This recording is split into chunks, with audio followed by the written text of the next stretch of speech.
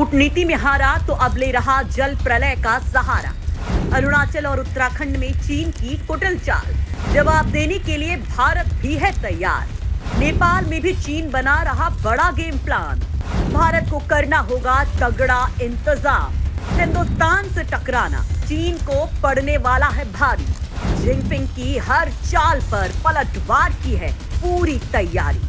दोस्तों, भारत से सैन्य और कूटनीति में बार बार पिटने के बाद अब चीन ने एक खतरनाक चाल चली है। ऐसी चाल जिसके बारे में शायद ही किसी ने सोचा होगा। दोस्तों, चीन की ये साजिश इतनी भयावह है कि अगर वो इसमें कामयाब हो जाएगा तो भारत में बस तबाही का मंजर होगा। हर तरफ केवल प्रलय ही प्रलय होगी। बर्बादी की इस तस्वीर को देखकर आपकी रूह कांप जाएगी, कलेजा मुंह को आएगा, आपका दिल भर जाएगा। आपके मन में चीन के प्रति और गुस्सा बढ़ जाएगा। आप उसे सबक सिखाने के लिए बेचैन हो जाएंगे।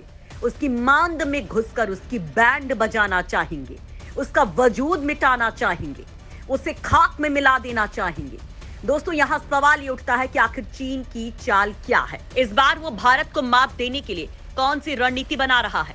सैन्य ताकत में तो वो पहले ही मात खाता जा रहा है, फिर अब क्या जुगत लगा रहा है? चीन की साजिश को नाकाम करने के लिए भारत क्या तैयारी कर रहा है? कौन सी गोटी बिठा रहा है? कैसे नहले पर दहला दे रहा है? कैसे चीन की पुंगे बजा रहा है? दोस्तों, चीन जिस ख्वाब को पाले बैठा है, भारत भी उसे समझ रहा है। चीन की हर चाल पर भारत की पैनी नजर है।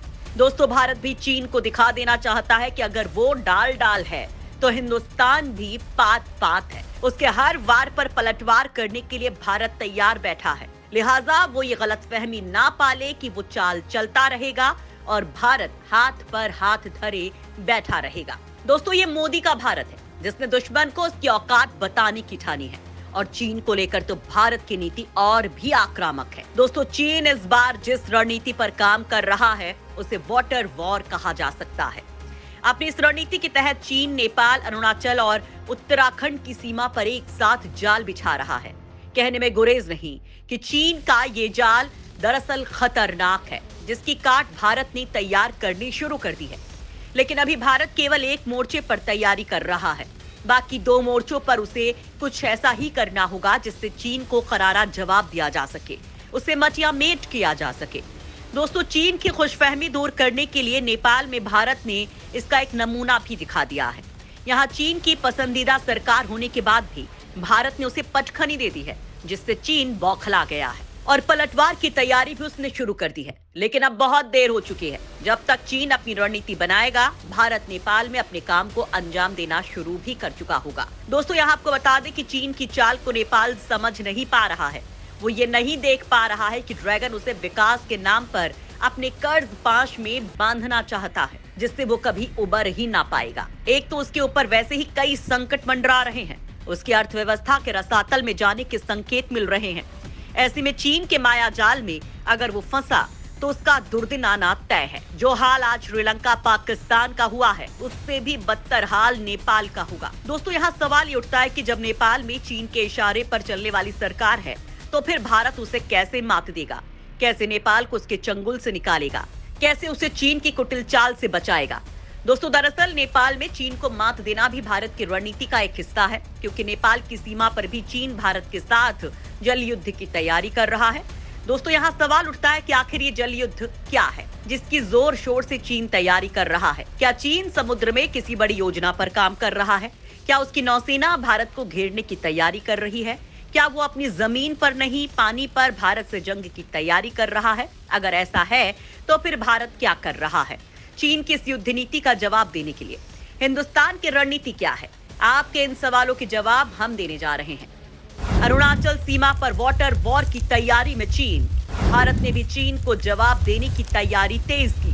दोस्तों, चीन अपनी हरकतों से बाज नहीं आ रहा है। एलएसी बॉर्डर के पास 60,000 मेगावाट की क्षमता वाले डैम के सहारे वो वाटर वॉर की तैयारी में है। ये डैम मैजोग एलएसी बॉर्डर पर बनाया जा रहा है। ये डैम अरुणाचल प्रदेश के भी बिल्कुल नजदीक है।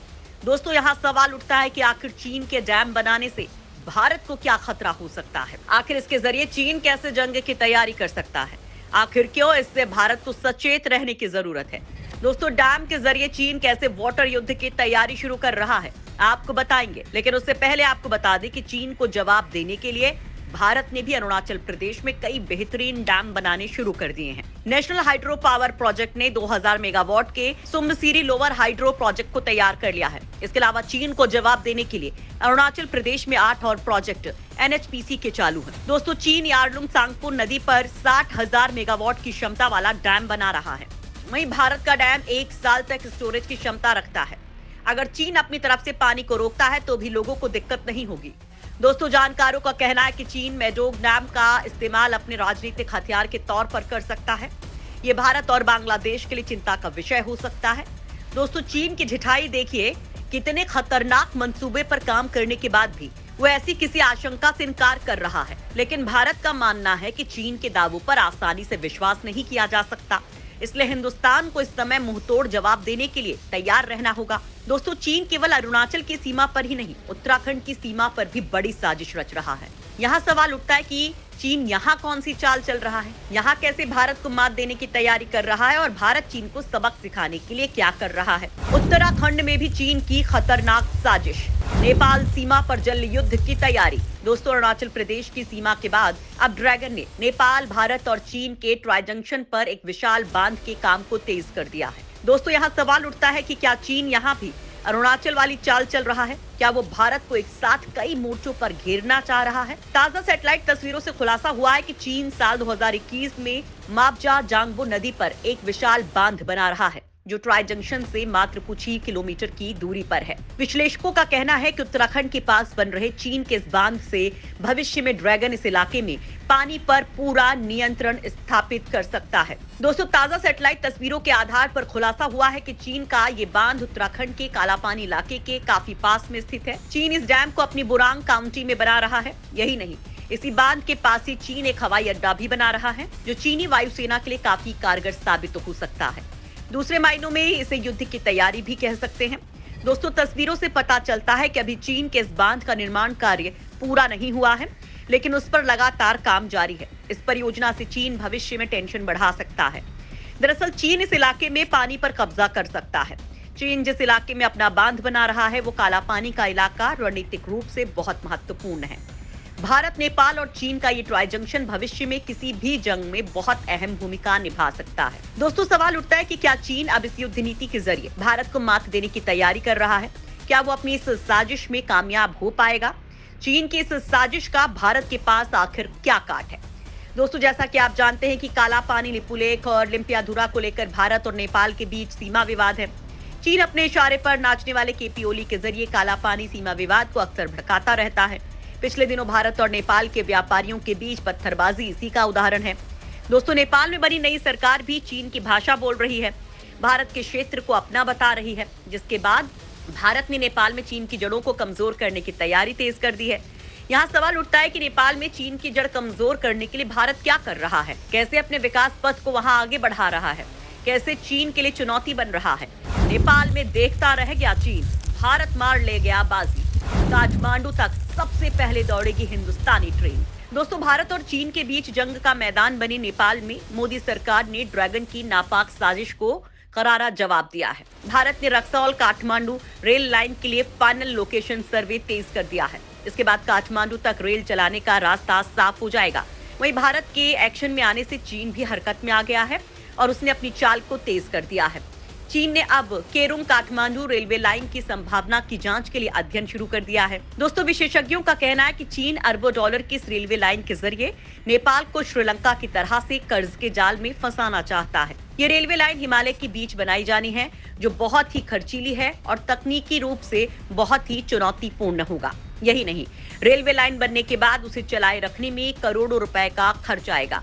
चीन ये railway line belt and road परियोजना के तहत बनाना चाहता है, जिसका पूरा खर्च वो नेपाल से वसूलना चाहता है। इस बीच नेपाल सरकार चाहती है कि चीन उसे लोन की जगह आर्थिक सहायता दे। इसके लिए चीन तैयार नहीं दिखाई दे रहा है। दोस्तों, काठमांडू पोस्ट की रिपोर्ट के मुताबिक नेपाल में रेल दौड़ाना अब भारत और चीन के बीच नाक का सवाल बन गया है। दोनों ही देश नेपाल में अपने प्रभाव को खत्म नहीं होने देना चाहते हैं। दोस्तों, लेकिन भारत की चाल को देखें तो उसने चीन को रेल दौड़ाने के मामले में बहुत पीछे छोड़ दिया है। यानी भारत ने चीन को करारी शिकस्त दे दी है।